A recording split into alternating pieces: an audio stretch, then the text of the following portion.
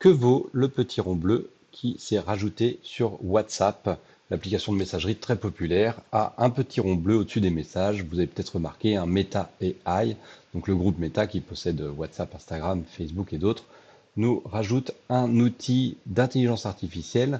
Donc c'est une initiative qui peut sembler très intéressante, mais comme souvent, quand il y a des nouveaux outils comme ça, ce qu'il faut quand même, c'est aussi aller les tester.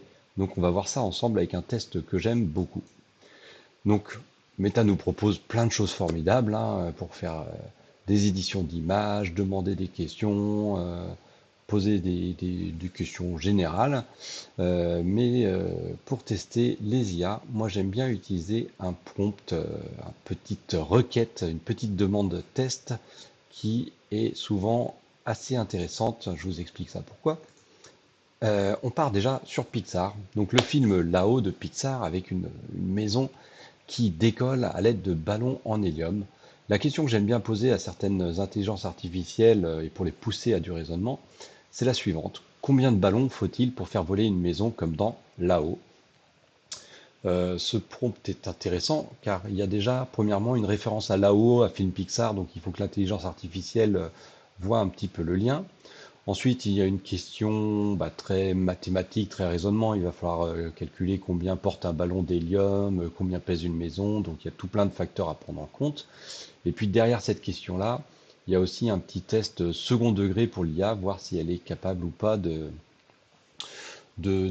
remarquer le côté poétique du film, l'ironie, le côté un petit peu second degré.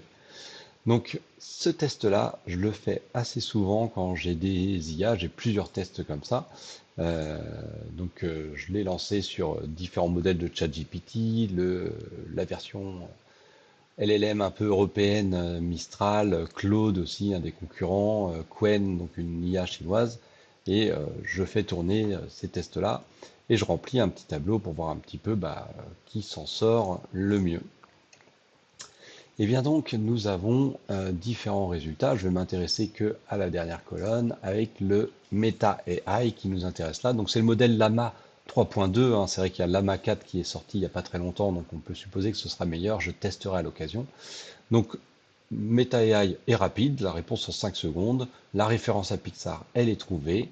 La qualité du calcul, j'ai trouvé pas terrible. Hein. On n'a pas trop de détails. Ça part sur quelque chose d'un peu étrange.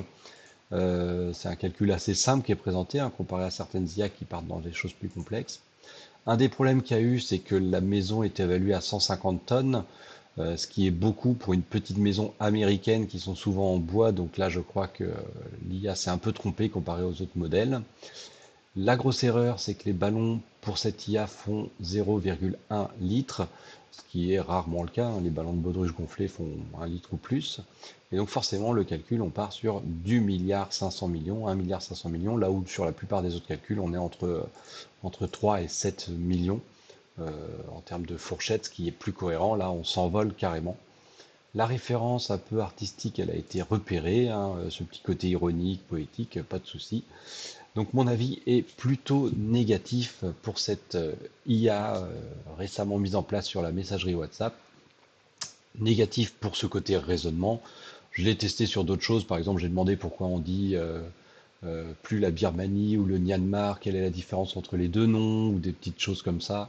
Là-dessus, ça se passe assez bien. Il faut avouer que c'est plus de la recherche d'informations basiques et pas trop du raisonnement. Donc sur la recherche, ça s'en sort bien. Sur le raisonnement, les questions approfondies, j'ai encore quelques doutes. Donc voilà, j'espère que ça vous aura, ce petit test vous plaît. N'hésitez pas à le tester vous sur vos modèles de langage préférés aussi.